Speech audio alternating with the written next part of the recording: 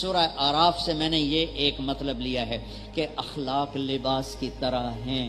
لباس کے بغیر ہم یہاں بیٹھ سکتے ہیں؟ بولو. نہیں بیٹھ سکتے. اخلاق لباس ہیں. یہ دیکھو،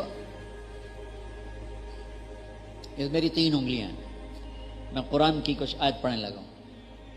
خذ العفو، ٹھیک، یہ آیت چھوڑ دیتا ہوں. نیچے وَأَعْرِضْ عَنِ الْجَاهِلِينَ، ان 2 آیات کے بیچ میں میرے اللہ نے ایک حکم ڈالا ہے، وَأْمُرْ بِالْعُرْفِ. میرے محبوب، آپ لوگوں کو بھلائی کی دعوت دیں. یہ مدارس، یہ مکاتب، یہ مراکز، یہ خانقاہ ہیں، یہ سب دعوت ہیں، یہ سب بھلائی کی دعوت ہیں. تو بھلائی کی دعوت دینے والے کے لیے 2 کام ہیں، خذ العفو وَأَعْرِضْ عَنِ الْجَاهِلِينَ. اوپر بھی اخلاق ہیں، نیچے بھی اخلاق ہیں، بیچ میں کام ہے. تو دین کو بنا دیا جسم اور اخلاق کو بنا دیا لباس. خذ العفو، معاف کرنے کو پکڑ. معاف کرنا تو ایک صفت، مادی چیز تو نہیں. موبائل کو پکڑ لو، ٹھیک ہے، لیکن معاف کرنے کو پکڑ لو. یہ کیا ہوگا؟ ہوا پکڑی جاتی. وہ خان صاحب چلے گئے ڈاکٹر کے پاس علاج کے لیے، تو وہ تھے اردو سپیکنگ، تو انہوں نے نسخہ بھی لکھا اور کہا صبح ہوا خوری کیا کریں. ان کا مطلب تھا سیر کیا کریں. تو انہوں نے کہا خان صاحب صبح ہوا خوری کیا کریں، ہوا کھایا کریں. تو خان صاحب صبح باغ میں پھر رہا کرتا، ہب ہب ہب ہب. ارے خان صاحب کیا کرتے ہو؟ کہا بولا بھائی ڈاکٹر بولا تھا ہوا کھاؤ، ہم ہوا کھا رہا ہے. تو میرا اللہ کہہ رہا ہے معاف کو پکڑو. کدھر ہے معافی؟ کدھر ہے؟ کہاں رکھی ہوئی ہے؟ میں پکڑ لوں. کہاں رکھی ہوئی؟ معافی کو ایک وجود بنایا، معاف کرنے کو ایک وجود بنا کر کہا پکڑ لو، جانے نہ دینا، زندگی بھر معاف کرتے رہنا. میرے نبی نے کہا معاف کرنے سے عزت گھٹے تو میں ضامن ہوں. اتنا بڑا ضامن میرا نبی ہے پیچھے کہ معاف کرنے سے عزت گھٹے تو میں ضامن ہوں. ثلاث نقسم علیہن، اب ضمانت دے رہے ہیں. تو اللہ تعالیٰ کہہ رہا معاف کرنے کو پکڑو. زیادتی جدھر سے آئے، خامد سے آئے، بیوی سے آئے، بچوں سے آئے، بھائی سے آئے، ساتھی سے آئے، پڑوسی سے آئے، اپنوں سے آئے، غیروں سے آئے، معاف کرنے کو پکڑ لو. دوسرا کیا کہا؟ نادانوں سے درگزر کرو. جاہل سے مراد جاہل نہیں ہے، جاہل سے مراد ہے زیادتی کرنے والا. وَأَعُوذُ بِكَ مِنْ أَنْ أَجْهَلَ أَوْ يُجْهَلَ عَلَيَّ. زیادتی کرنے والوں سے درگزر کرو، معاف کرنے کو مضبوطی سے پکڑو اور دین کا کام کرو. دین کے کام کی خوبصورتی اچھے اخلاق ہیں. دین کے کام کا لباس اچھے اخلاق ہیں. ماں کے ساتھ، بیوی کے ساتھ، بچوں کے ساتھ، بہن بھائیوں کے ساتھ. میں اپنے گاؤں میں تھا، ایک دیہاتی ان پڑھ بیچارہ، ہمارے قریب 2 ایکڑ اس کا ٹوٹل رقبہ. وہ میرے پاس اپنے بیٹے کو لے کر آیا. وہ ایک مدرسے سے فارغ ہو کر گھر آیا ہوا تھا. مجھے آ کر کہتا ہے میاں صاحب، ہمیں وہاں اپنے علاقے میں میاں صاحب ہمارا ٹائٹل ہے، وہ خاندانی ٹائٹل.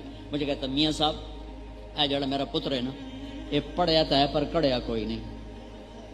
ایک ان پڑھ دیہاتی کہہ رہا ہے میاں صاحب اے میرا پتر پڑھ جاتا ہے پر کڑیا کوئی نہیں. میں کہا کی ہویا؟ کہ ان ماں پیو نال گل کرن دا ول ہی نہیں آمدا. ان ماں پیو نال گل کرن دا ول ہی نہیں آمدا. یہ تو ماں باپ کے ساتھ بولنا ہی نہیں جانتا. جو یہ کیا سیکھ کے آیا، کیا پڑھ کے آیا ہے؟ میرے عزیزو، اچھے اخلاق ہر عیب چھپا دیتے ہیں اور برے اخلاق ہر خوبی چھپا دیتے ہیں. میری نماز کی کمی مجھے نقصان پہنچائے گی، میرے اخلاق کی کمی پورے معاشرے کو تباہ کرے گی. میرے اخلاق کی خوبصورتی پورے معاشرے کو بنائے گی. میں نے روزہ رکھا، مجھے نفع ہوا ہے. میں نے اخلاق اچھے کیے، پورے معاشرے کو نفع ہے. میں نے روزہ چھوڑا، مجھے نقصان ہوا ہے. میں نے اخلاق برے کیے، پورے معاشرے کو میں نے آگ لگا دی. ایک زبان کا گندا بول پورے خاندان کو آگ لگا دیتا ہے. ایک زبان کا میٹھا بول پورے خاندان میں محبتوں کی فضا پیدا کر دیتا ہے. میں قربان جاؤں، میرے نبی اپنی بیوی سے کیا اظہار محبت کر رہے ہیں. یا عائش، اب آپ کبھی لاڑ سے کہتے ہیں یا عائش، عائشہ نہیں کہتے، یا عائش، یا عائش، یا حمیرہ، کہنا یا عائشہ انه ليهون علي الموت ان اريدك زوجتي في الجنہ. عائشہ، مجھے جب سے پتا چلا ہے تو جنت میں میری بیوی ہے تو مجھے تو موت ہی اچھی لگنے لگی. میرے لیے تو موت آسان، اللہ کی قسم یہ دلداری کے لیے فرمایا. مجھے تو میرے لیے تو موت آسان ہو گئی ہے جب سے پتا چلا تو جنت میں میری بیوی ہے. جس نے اللہ کو دیکھا ہو اسے عورت کی کیا خواہش. اور ایک حدیث سنا دیتا ہوں. ما تزوجت وما زوجت الا بوحی من السماء نزل به جبریل. میں نے شادی کی یا بیٹی کی شادی کی, پہلے اللہ کا حکم آیا پھر میں نے شادی کی. 25 سال کا نوجوان, حسن و جمال کا پیکر, اور وہ 40 سال کی بیوہ عورت سے شادی کرتا ہے. 2 دفعہ بیوہ ہوئی ہے, 1 دفعہ منگنی ٹوٹی ہے. ورقہ بن نوفل سے منگنی ٹوٹی, حضرت خدیجہ. ابو حالہ سے شادی ہوئی, 2 بیٹے, 1 بیٹا 1 بیٹی, ان کا انتقال ہو گیا. ابن عابد سے شادی ہوئی, 1 بیٹا, ان کا انتقال ہو گیا. 2 دفعہ بیوہ, 1 دفعہ منگنی ٹوٹی, عمر 40 سال. میرے نبی 25 سال اور ان سے شادی کر کے 25 سال زندگی کے ساتھ گزار دیے, اور 50 سال کے بعد 10 شادیاں. اللہ کی قسم زندگی سکھانے کے لیے تھی, کیونکہ گھر کی زندگی وہ فتووں سے نہیں چلتی. مفتی اجاز کا فتویٰ چلے گا دارالافتاء میں, گھر میں نہیں چلے گا. گھر میں تو عشق و محبت ہی چلے گا, پیار جو میرے نبی کہہ رہے ہیں. ہاں, عرب کی معاشرت ہے کہ وہ بیوی سے اظہار عشق کو عیب سمجھتے تھے اور معشوقہ سے اظہار محبت کو فخر سمجھتے تھے.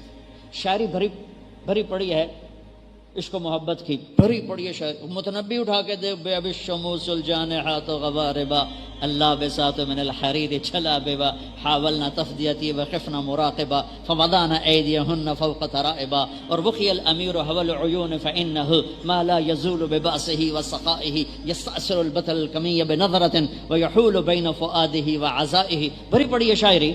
تو عرب کی شاعری میں عشق و معشوق کی بھری پڑی. بیوی سے اظہار عشق کا ایک شعر نہیں ملے گا, ایک شعر نہیں. معشوق وَهَلْ تَبْكِينَ لَيْلَا إِذَا مِتُّ قَبْلَهَا وَقَامَ عَلَى قَبْرِ النِّسَاءُ النَّوَائِحُ لَيْلَا كَمَا لَوْ أَصَابَ الْمَوْتُ لَيْلَا بَكَيْتُهَا وَجَادَ لَهَا دَمٌ مِنَ الْعَيْنِ صَافِحُ لَيْلَا وَأَغْبَتُ مِنْ لَيْلَا بِمَا لَا أَنَالُهُ بَلَا كُلُّ مَا قَرَّتْ بِهِ الْعَيْنُ طَائِحُ. پھر لَيْلَا وَلَوْ أَنَّ لَيْلَا الْأُخَيْلِيَّةَ سَلَّمَتْ عَلَيَّ وَدُونِي جَنْدَلٌ وَصَفَائِحُ. پھر لَيْلَا. 4 شعر ہیں, چاروں میں لیلا لیلا لیلا لیلا. یہ ماحول ہے. اس ماحول میں بیوی سے اظہار عشق یا شاعری عیب ہے. اس ماحول میں ایک صحابی میرے نبی سے پوچھتا ہے من احب الناس الیک, آپ کو سب سے زیادہ کس سے پیار ہے؟ بڑی محفل ہے مسجد میں, آپ نے اس کو بلا کر یہ نہیں کیا, ذرا تجھے بتاؤں, بھرے مجمع میں کہا عائشہ سے ہے, عائشہ سے ہے. اللہ اکبر. کون مولانا یہ ہمت کرے گا؟ اور تبلیغ والا ہوگا دین مٹ رہا ہے تمہیں عشق سوجھا ہوا ہے,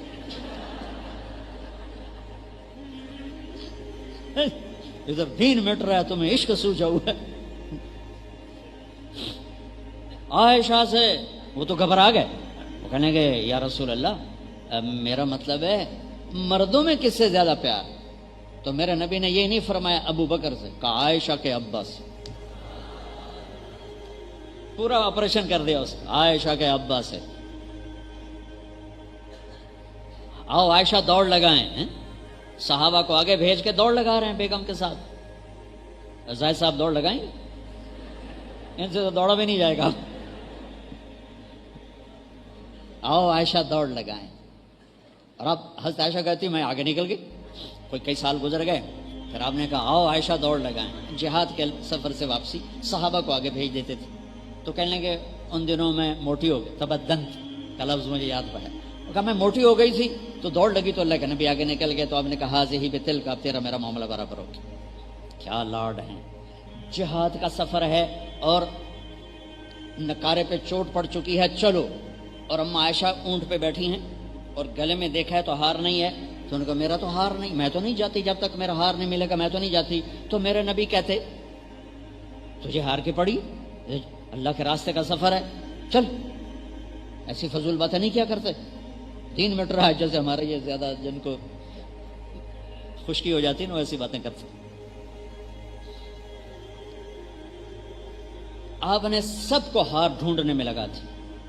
سارا قافلہ رک گیا, جہاد کا قافلہ ہے.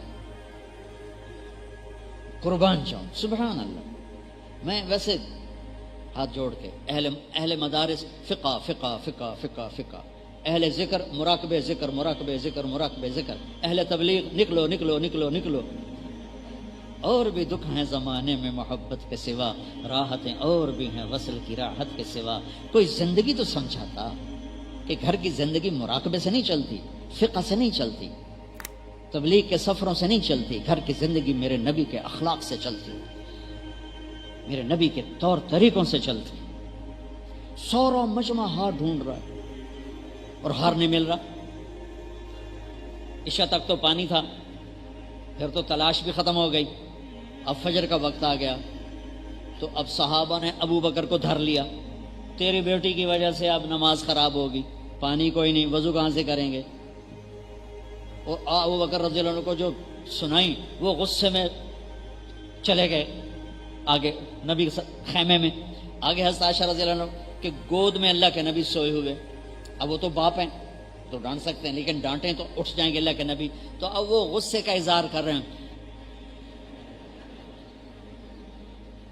اور یہاں پسلی میں نہ انگلی مری ٹک ایسے کر، تو حضرت عائشہ کہتے میں ایسے ہو گئی کہ تاکہ نا وہ انگلی کا درد نہ ہو کہ کہیں اللہ کے نبی میری حرکت سے جاگ نہ جائیں، تو اپنے ہدا ہدا مار کے باہر نکل آئے۔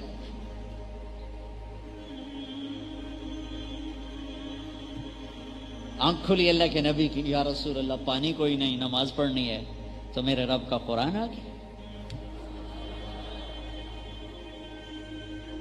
فَتَيَمَّمُوا صَعِيدًا طَيِّبًا فَامْسَحُوا بِوُجُوهِكُمْ وَأَيْدِيكُمْ۔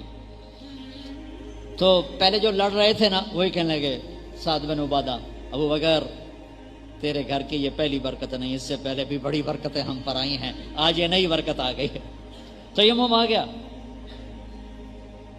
یہ تو اللہ ہی کا حکم آ جاتا، میرے نبی تو میرے دین کے کام کے جا رہا ہے، تو اپنی بیوی کے پیچھے لگ گیا ہے، چلو آگے چلو۔ فجر کی نماز پڑھی، حضرت عائشہ نے مطالبہ چھوڑ دیا، ٹھیک ہے یا رسول اللہ گم ہو گیا چلیں۔ پھر آپ نے کہا چلو، جب اونٹنی کو اٹھایا تو ہار اس کے نیچے گرا پڑا، وہ پھسل کے نیچے چلا گیا۔ اللہ کے واسطے اپنے نبی کی زندگی پڑھو کہ کیا خوبصورت زندگی ہے، کیا عالی شان زندگی ہے، جس کا ایک خلاصہ ہے اچھے اخلاق، اچھے اخلاق، اچھے اخلاق۔ میں حرم شریف مدینہ منورہ بیٹھا ہوا تھا، ایک طرف چھپ کے 3 نوجوان بچے آ گئے عرب، ایک مصری، ایک اردنی، ایک اماراتی۔ مجھ سے کہنے لگے نستجیزک فی الحدیث، ہمیں حدیث کی اجازت دو۔ میں نے کہا مجھے پہچانتے ہو؟ کہنے لگے نہیں پہچانتے۔ میں نے کہا پھر تم کیسے کہہ رہے ہو حدیث کی اجازت دو؟ کہنے لگے بس من سیماک، ہم تمہیں جانتے تو نہیں ہیں لیکن تیرے چہرے کو دیکھ کر ہمیں لگتا ہے تمہارا حدیث سے کوئی نہ کوئی تعلق ہے، تو ہمیں اجازت۔ عربوں میں سند کے عالی کرنے کا بہت رواج ہے، ہمارے بر صغیر میں کوئی نہیں ہے، ان بچوں کو پتہ ہی کوئی نہیں ہے کہ عالی کسے کہتے ہیں، سافل کسے کہتے ہیں، اور میں عالی کر لوں کوئی ذوق ہی کوئی نہیں۔ اور اس کے لیے پہلی صدی میں ہزاروں میل کے سفر ہوتے تھے کہ ایک راوی کم پڑ جائے، ایک۔ میں نے جب دورہ کیا تو مجھے اللہ نے توفیق دی، شروع سے مطالعے کا بہت ذوق تھا، اب تو خیر ہر شے ختم ہو گئی، نہ وہ عشق میں رہیں گرمیاں، نہ وہ حسن میں رہیں شوخیاں، نہ وہ غزنوی میں تڑپ رہی، نہ وہ خم ہے زلف ایاز میں، ایک فقان بے شرر سینے میں باقی رہ گئی، سوز بھی رخصت ہوا، جاتی رہی تاثیر بھی۔ یہ جو پرانا بینک میں 2-4 پیسے جمع ہیں وہی سے نکال کے آپ کو سناتا رہتا ہوں، مطالعے جوگا رہ نہیں گیا، سر درد نے مجھے تھکا کے گرا دیا ہے، اور اسفار اور لوگوں کی بے وقت ملاقاتیں، ان چیزوں نے میری زندگی کو تھکا دیا ہے، تو اس لیے مطالعے کے لیے ذہن چاہیے، وہ ہے حاضر ہی نہیں، جو کچھ بتاتا ہوں پچھلا پرانا ہی بتاتا ہوں، کوئی اس میں یاد آ جاتا ہے۔ جب میں نے دورہ کیا تو میرا مطالعہ رہتا تھا خارجی، مجھے پتا تھا سند عالی ہوتی ہے سافل ہوتی۔ جو ہی میں دورے سے فارغ ہوا اور میں نے 2 ساتھیوں کو ساتھ لیا، مولانا عزیر گل کے پاس پہنچا، چونکہ وہ شیخ الہند کے براہ راست شاگرد تھے، اور میرے اور شیخ الہند کے درمیان 3 واسطے، محمد عبداللہ، خیر محمد، محمد یاسین اور محمود الحسن، تو وہ تھے۔ میں نے نا دنیاوی اور دینی شخصیات میں 2 جیسے بندے نہیں دیکھے، 2 جیسے پرشکوہ اور پرہیبت۔ دنیاوی شخصیات میں نواب اکبر خان بگٹی، اللہ اس کی بخشش کرے، میں نے ایسی وجاہت مردانہ اور روب داب کسی کا نہیں دیکھا، بڑے بڑے عرب کے بادشاہوں سے ملاقات ہوئی، لیکن وہ عجب شاہکار تھے. اور دینی شخصیات میں مولانا عزیر گل، اللہ اکبر، کیا شخصیت، کیا ہیبت، کیا روح، کمال، کیا حسن و جمال. میں ملا تو 100 سال کے قریب تھے، ایسے چمکتا گلابی چہرہ تھا. ان کے بیٹے نے کہا وہ کسی کو اجازت نہیں دیتے، مفتی تقی صاحب کو نہیں دی، اور مولانا عبدالحق صاحب اکوڑا کھٹک والے ان کو نہیں دی، مولانا حامد میاں کے بیٹے ان کو نہیں دی. تمہیں تو جانتے بھی نہیں، تمہیں کہاں سے دیں؟ انہوں نے کہا چلو زیارت کرا دو، زیارت کرا. تو ہم چلے گئے، صفا کوٹ سے 3 میل آگے.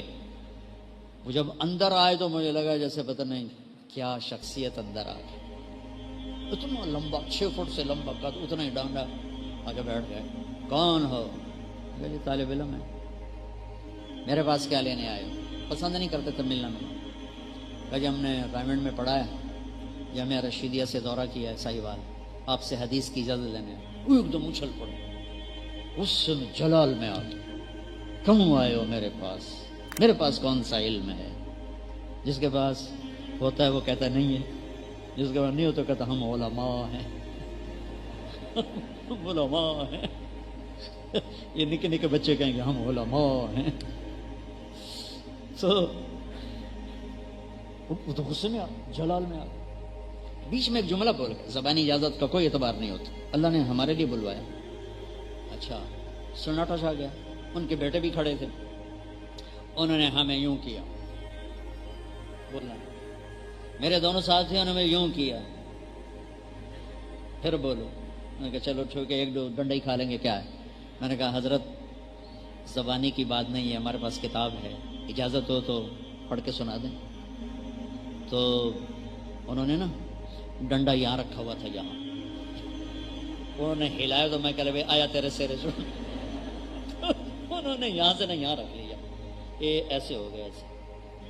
وہ لمبا عرصہ یوں بیٹھے رہے جیسے کشمکش ہو رہی کہ کبھی کسی کو اجازت نہیں دی. میں نے کتنے بڑے بڑے نام بتایا آپ کو، ہم تو ان کے سامنے پدی بھی نہیں ہے. اور ادھر اللہ کی طرف سے ہماری دعا قبول ہو چکی تھی تو وہ راستہ بنا رہی تھی. تو بڑی دیر کے بعد کہنے لگے اچھا پڑھو. چلو کم مان گیا. تو پھر میں نے یہ پہلی حدیث پڑھی، دوسرے ساتھی نے دوسری، تیسری. تو میں کتاب لے کر آخر سے پڑھنے کے لیے ورق الٹنے لگا تو آواز سنی ورق گردانی کی. تو کہا بس کافی ہے، میں تم تینوں کو اجازت دیتا ہوں، لیکن میری ایک شرط ہے، کسی کو بتانا نہیں. میں نے آج تک کسی کو اجازت نہیں دی، تم پہلے بچے ہو جنہیں میں اجازت دے رہا ہوں. پھر ان کے وصال کے بعد میں نے اس کو سنانا شروع کیا جب ان کا انتقال ہو گیا.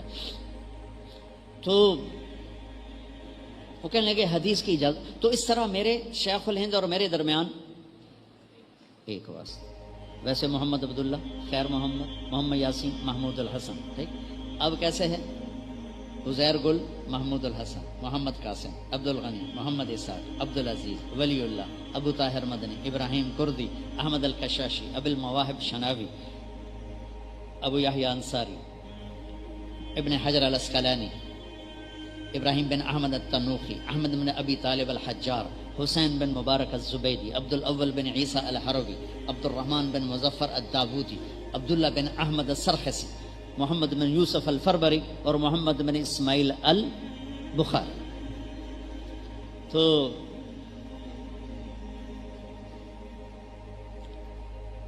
ایک بیچ میں چھوٹ گیا، احمد القشاشی، ابو المواہب شناوی، محمد بن احمد بن محمد الرملی، ابو یحییٰ انصاری، ابن حجر الاسقلانی. اب پورا ہو گیا. تو میرے اس طرح میری سند اپنے استادوں سے بھی عالی ہے. میری سند وہ جوانی میں کر بیٹھے تھے تو میری سند اپنے استادوں سے بھی عالی ہو گئی. خیر میں نے ویسے آپ کو سنا دیا. تو وہ کہنے لگے ہمیں وہ اجازت دو. میں نے کہا لکھو. تو میں نے اپنی ان کو سند لکھائی. کہنے لگے وقع، سائن کرو. کہنے لگے سائن کرو. میں نے کہا نہیں کرتا. کہنے لگے کیوں؟ میں نے کہا سوال کروں گا، ایک سوال کروں گا پھر کروں گا. کہنے لگے پوچھو. میں نے کہا ما حسن العلم والعالم، علم اور عالم کی خوبصورتی کیا ہے؟ تو یہاں مصری بیٹھا تھا، انہوں نے کہا التقوی. میں نے کہا نہیں. یہاں اردنی بیٹھا تھا، اس نے کہا زہد. میں نے کہا نہیں. یہاں اماراتی بیٹھا تھا، انہوں نے کہا اخلاص، میں نے کہا نہیں، کہنے لگے کیوں؟ میں نے کہا حسن کا تقاضا ہے کہ چیز نظر آئے، تقوی بھی اندر، زہد بھی اندر، اخلاص بھی اندر، نظر آنے والی تو شے کوئی نہیں۔ ہم لوگ جو کڑائی کرتے ہیں یہاں کرتے ہیں نا کہ نظر آئے، بنیان پہ کوئی کرتا ہے کہ چولا چاہتے دکھایا دیکھو میں کڑائی کی تھی؟ کوئی کرتا؟ عورتوں لباس پہنتی ہیں کڑھائی والا، تو وہاں کڑھائی ہوتی ہے جہاں نظر آئے، کوئی بنیانت کرا کے چولے چاہتے ہوئے کھائیں بدوس۔ میں نے کہا لفظ حسن کا تقاضا ہے کہ نظر آئے، اور زہد نظر نہیں آتا، ایک کیفیت ہے، تقوی ایک کیفیت ہے، اخلاص سب سے چھپی ہوئی کیفیت ہے۔ تو کہنے لگے اچھا پھر کیا ہے تم بتاؤ؟ میں نے کہا علم ہو یا عالم ہو، اسلام ہو یا مسلم ہو، ایمان ہو یا مومن ہو، مبلغ ہو یا تبلیغ ہو، دعوت ہو یا داعی ہو، سب کی خوبصورتی اچھے اخلاق ہیں، سب کی خوبصورتی اچھے اخلاق ہیں، اچھے اخلاق ہیں، اچھے اخلاق ہیں۔ تو میرے بھائیوں، میرے دوستوں، میرے عزیزوں، اچھے اخلاق بہت محنت سے آتے، بہت رگڑائی سے آتے، لیکن جس کو مل جاتے ہیں پھر وہ جیسے سورج کی چمک کو کوئی نہیں روک سکتا، اس کے چمکنے کو کوئی روک نہیں سکتا، جیسے چاند کے حسن کو کوئی روک نہیں سکتا، ایسے ہی اس کے حسن کوئی روک نہیں سکتا، جیسے بارش کو سیرابی سے کوئی روک نہیں سکتا، ایسے ہی اس کے فیض کو دنیا میں کوئی روک نہیں سکتا۔ جس نے اپنے اخلاق میں محمد مصطفیٰ صلی اللہ علیہ وسلم والی صفات کو لانے کے لیے، ایک حدیث سنا دوں تسلی کے لیے، میرے نبی نے فرمایا اچھے اخلاق 360 صفات کا نام ہے، ایک بھی کسی کو مل گئی تو جنت میں چلا جائے، ٹھیک ہے؟ سامنے ابو بکر بیٹھے تھے، یا رسول اللہ افی منہا شیء، یا رسول اللہ وہ 360 میں سے کوئی میرے اندر بھی ہے؟ کہ تیرے اندر پوری ہیں، ساری پوری، سب تیرے اندر ساری۔ تو تبلیغ ہو، خانقاہیں ہوں، یہ سب اخلاق کی تہذیب کا درس اور سبق ہیں، مدارس ہوں، یہ سب اخلاق کی تہذیب کا سبق ہیں۔ لیکن یہ موت تک کا سفر ہے بچوں، یہ 8 سال کا نہیں، 10 سال کا نہیں، 11 سال، یہ موت تک کا سفر ہے کہ اپنی زبان قابو میں کر لو اور اپنا دل صاف کر لو، تو اللہ تعالیٰ آپ کو محبوب بنا دے گا۔ مزاج شریعت نرمی ہے، مزاج شریعت نرمی ہے، مزاج شریعت نرمی ہے، سختی نہیں ہے، شدت نہیں ہے۔ اللہ نے اپنے نبی پہ احسان جتلائے، الم یجدک یتیما فآوی ووجدک ضالا فہدی ووجدک عائلا فاغنی۔ اللہ احسان جتلا رہا ہے، الم نشرح لک صدرک ووضعنا عنک وزرک الذی انقض ظہرک ورفعنا لک ذکرک انا اعطیناک الکوثر هو الذی ایدک بنصرہ وبالمؤمنین۔ یہ اللہ کا طرز ہے، احسان جتلائے۔ ایک احسان جس کو اتنا بڑا کر کے جتلایا ہے کہ اتنا بڑا کر کے کسی احسان کو اتنا بڑا کر کے نہیں جتلایا، وہ کیا ہے؟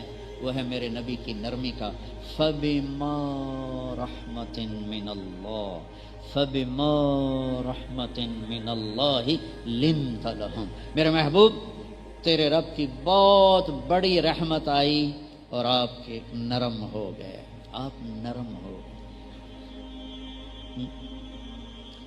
محمد مصطفیٰ صلی اللہ علیہ وسلم جیسی ہستی ہو، اور والذین معہ اشداء علی الکفار رحماء بینہم تراہم رکعا سجدا جیسی شخصیات ہوں، کلن وعد اللہ الحسنى رضی اللہ عنہم جیسی شخصیاتوں، صحابہ ابو بکر، عمر، عثمان، علی، طلحہ، زبیر، سعد، سعید، ابو عبیدہ، عبد الرحمن۔ میرا اللہ کیا کہہ رہا ہے؟ لو کنت فظا، میرے نبی آپ کی زبان میں سختی ہوتی، غلیظ القلب، آپ کے مزاج میں شدت ہوتی، کیا ہوتا؟ لن فضوا من حولک، لن فضوا۔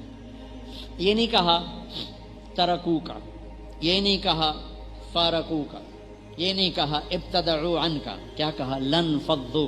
لن فضوا کیا ہوتا ہے؟ ابھی بیان ختم ہوگا نا، مجلس ختم ہوگی تو ہم ترتیب سے اٹھیں گے اور اپنے اپنے جانا شروع کریں گے۔ اللہ نہ کرے یہاں زلزلے کا جھٹکا ہے، پھر کیسے اٹھیں گے؟ پھر مولوی زاہد بھی نظر نہیں آئے گا، اس کے اوپر سے چڑھ کے نکلو گے۔ ہماری جماعت تھی ناران، تو ہمارے ایک ساتھی تھے، ان کو گھٹنوں کا بھی درد تھا اور موٹے بھی بہت تھے، تو ان کو گاڑی سے نکال کے لے کے آتے، ساتھ ان کے سوٹی ہوتی، اور ان کو آ کے کرسی پہ بٹھاتے بیان کے لیے، نماز کے لیے، پھر لے جانے کے لیے بھی ان کو اٹھاتے اور اٹھا کے ان کو جا کر گاڑی میں پہنچاتے، کمرے میں پہنچاتے، بستر تک پہنچاتے، کھانا کرسی پہ بیٹھ کے کھاتے۔ بیان ہو رہا تھا ناران، شکر ہے میرا نہیں ہو رہا تھا، تو زلزلے کا جھٹکا آیا، تو وہ جس کو 4 آدمی اٹھاتے تھے وہ سب سے آگے بھاگا جا رہا تھا۔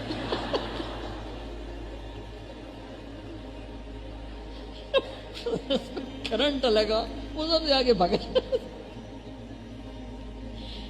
آپ کو انفضوا کا مطلب سمجھا رہا ہوں کہ انفضوا کا مطلب یہ نہیں کہ چھوڑ جاتے، مطلب بھاگ جاتے، اندھا دھند بھاگتے۔ اور ایک واقعہ، ایک علاقائی واقعہ ہے، ہمارے بچپن میں ریچھ کتے کی لڑائی بڑی ہوتی تھی، دیہاتوں کا بہت بڑا مشغلہ تھا ریچھ کتے کی لڑائی۔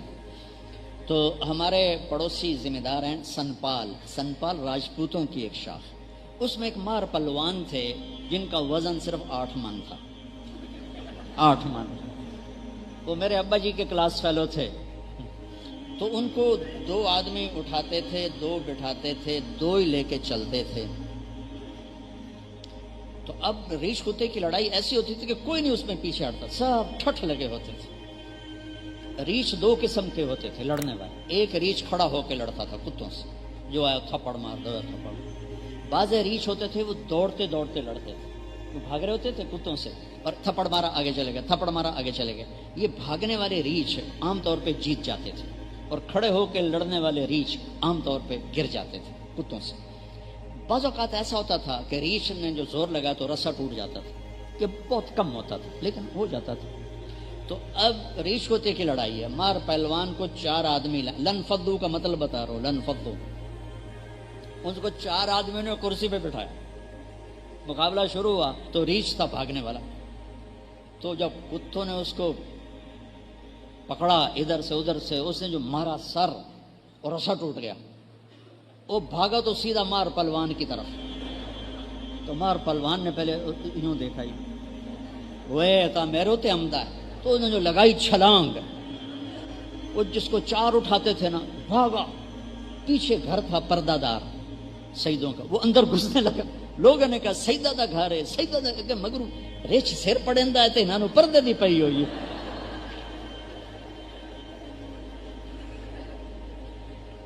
لنفضوا کا مطلب سمجھ میں آیا؟ میرے محبوب آپ بڑے عظیم ہیں، قاب قوسین او ادنا، آپ محمد، آپ احمد، آپ ماہی، آپ حاشر، آپ عاقب، آپ فاتح، آپ خاتم، آپ ابو القاسم، آپ طٰہٰ، آپ یاسین، آپ مزمل، آپ مدثر، آپ شاہد بھی، مبشر بھی، نذیر بھی، داعی اللہ بھی، سراج منیر بھی، رحمت للعالمین بھی، بشیر و نذیر بھی، کافۃ للناس بشیر و نذیر بھی، عزیز بھی، حریص بھی، رؤوف بھی، رحیم بھی۔ کیا قرآن بولا ہے میرے نبی کو۔ لیکن اگر آپ کے مزاج میں شدت ہوتی، بھگدڑ مچ جاتی، بھگدڑ، چھوڑ کے نہیں، اندھا دھند بھاگتی۔ بچو نرم مزاج بنو، نرمی اختیار کرو۔ استاد ہو ایسے نرم ہو کہ تمہارے درسگاہ میں آنے پہ لڑکوں میں خوشی کی لہر دوڑ جائے۔ تمہارے جانے پر لڑکے ڈر رہے ہو تو تم استاد نہیں، تھانے دار ہو۔ تمہارے نہ جانے پہ لڑکے اداس ہوں، پھر تم استاد۔ تمہارے آنے پر ان کے دل کھل جائیں، تم استاد۔ تم گھر میں داخل ہوتے ہو، بیوی ڈر گئی تو خامد نہیں ہو، تھانے دار۔ بچے ڈر گئے تو باپ نہیں ہو، تھانے دار۔ محبت سے دلوں کو فتح کرو، ڈنڈے سے نہیں، ڈنڈے سے نہیں، محبت سے۔ یہ معافی چاہتا ہوں، ہمارے قاری حضرات بڑا ہی مارتے ہیں، اللہ ان کو ہدایت دے۔ ڈنڈے کے بغیر بھی تو پڑھایا جا سکتا، روب محبت سے بھی تو ڈالا جا سکتا۔ میں وہ اپنے تبلیغی حلقوں میں بات کرتا ہوں، میں اپنے بچوں کے ساتھ نرمی برتو، نرمی برتو، شدت مت اختیار کرو، انہیں نیک بنانے کی کوشش نہ کرو، وہ اللہ کا سپرد ہے۔ تم اپنے اخلاق اچھے کرو، اللہ انہیں نیک بنا دے گا، ورنہ تمہارے بچے دعا کریں گے، اللہ ابا جان کو سال کے لیے نقد روانہ فرما۔ جی اللہ 3 چلے تھوڑے ہیں، میرے ابا جی کو سال کے لیے پیدل روانہ فرما، ادھر ہی شہید ہو جائیں، واپس ہی نہ۔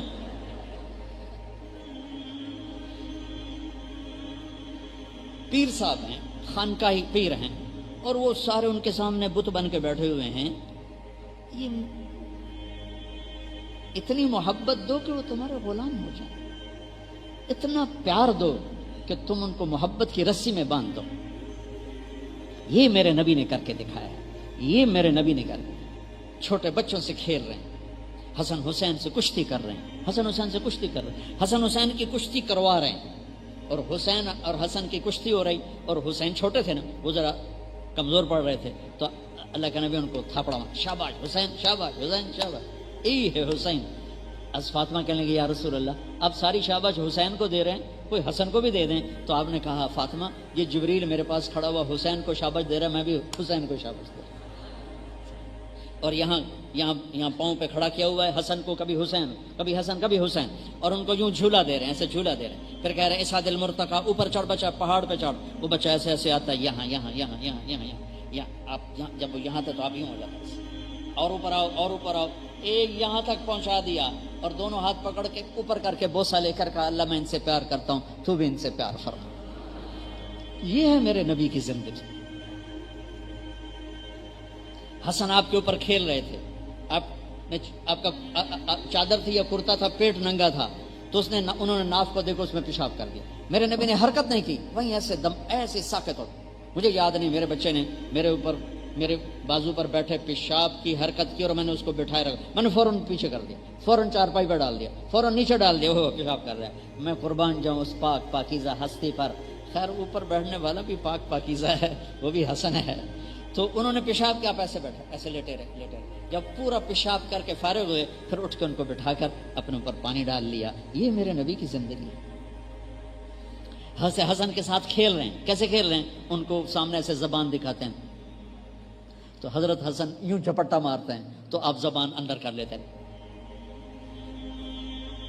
پھر تھوڑی دیر بعد آپ کرتے ہیں، پھر وہ یوں کرتے ہیں، پھر آپ یوں کر لیتے ہیں۔ یہ میرے نبی کی زندگی، سبحان اللہ، کیا زندگی۔ 11 گھر آباد کر کے دکھائے، بچوں کے ساتھ کھیل کے دکھائے۔ مجھے بتاؤ نماز میں حرکت کثیر سے نماز ٹوٹ جاتی ہے، خیر وہ نبی ہیں ان کے لیے استثناء ہوگا۔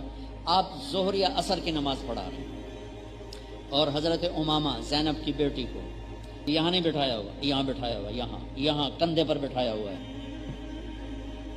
یہاں بٹھانا تو بڑا عجیب سا لگتا ہے، وہ بھی نماز میں۔ رکوع پہ گئے تو ان کو آرام سے پکڑ کے نیچے بٹھایا، سجدے سے فارغ ہو کر اٹھنے لگے تو اٹھا کے پھر کندھے پہ بٹھا لیا۔ سبحان اللہ، یہ کیوں کر رہے تھے؟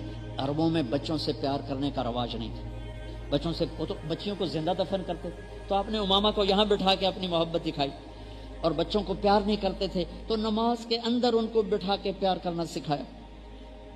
حسن حسین کمر پہ چڑھ جاتے تھے، اب سجدہ لمبا فرما دیتے تھے، لمبا سجدہ ہو رہا ہے کہ حسنین کی سواری ہو، حسنین سوار بن کے اپنے نانا کی کمر پہ بیٹھے ہوں، اور کبھی دونوں کو اپنی کمر پہ بٹھا کے پورے کمرے میں چکر لگا کر کہتے تمہارا اونٹ کیسا ہے، پھر دونوں بھائیوں کو اتار کر زینب کو بٹھاتے اور چکر لگواتے کمرے کے اندر۔ میں قربان جاؤں، کیا میرے نبی تھے۔ میرے عزیزوں، میرے بھائیوں بہنوں، اپنے نبی کی زندگی پڑھو، اپنے نبی والے اخلاق اپناؤ، تو دنیا بھی تمہاری ہے، آخرت بھی تمہاری ہے۔ یہ اسی اللہ والوں سے جوڑو، تبلیغ میں سال لگاؤ، چلہ لگاؤ، مدرسے میں ترتیب سے رہو، آداب سے رہو، یہ راستہ طے ہوتا چلا جاتا ہے۔ باقی یہ موت تک کا راستہ ہے، چلتے رہو گے، اللہ تعالیٰ تمہیں نکھارتا رہے گا۔ اب آخری میری بات یہ ہے، باہر کا مجمع بھی بہت ہے، آپ طلبہ بھی سارے ہو، سارا سال آپ لوگوں نے گزارا ہے، آپس میں کسی ساتھی سے کوئی لڑائی ہو گئی ہو، جھگڑا ہو گیا ہو، اور ابھی تک اس کی بول چال بند ہو، تو اچھا نہیں لگتا کہ تم علم پڑھتے ہوئے ایسی ناراضگیاں لے کے گھروں کو چلے جاؤ، یہ بہت بری بات ہوگی۔ میری درخواست ہوگی عام مجمع سے بھی، مستورات سے بھی، اور آپ بچوں سے بھی، کہ اگر کسی سے آپ لڑے جھگڑے ہوئے ہو، گلے لگ جانا معاف۔ میں نے ایک مدرسے میں بیان کیا ایسے ہی آخر میں، تو مجھے ایک بچے نے آ کے بتایا جی ہمارے دورے میں دو لڑکے تھے، میزان کے سال ان کی لڑائی ہوئی تھی اور آج تک ان کی سلام دعا نہیں تھی، آپ کے بیان کے بعد اور آپس میں گلے مل گئے۔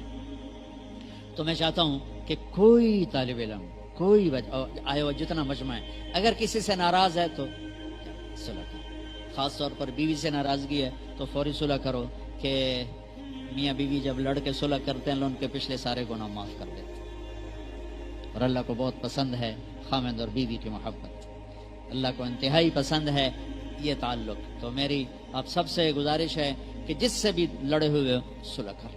ماں باپ کو دکھ دیا ہے، پاؤں پکڑ کے معافی مانگ لینا، آنسو بہا کے معافی مانگ لینا۔ کہ میرے نبی سے پوچھا گیا کہ یا رسول اللہ قیامت کب آئے گی؟ کہ اللہ کو پتہ ہے۔ کہ نشانی کیا ہے؟ کہ جب بیٹیاں بھی ماؤں کو ذلیل کریں گی تو قیامت آ جائے۔ تو قیامت کو جوڑا ماں باپ کی نافرمانی کے ساتھ۔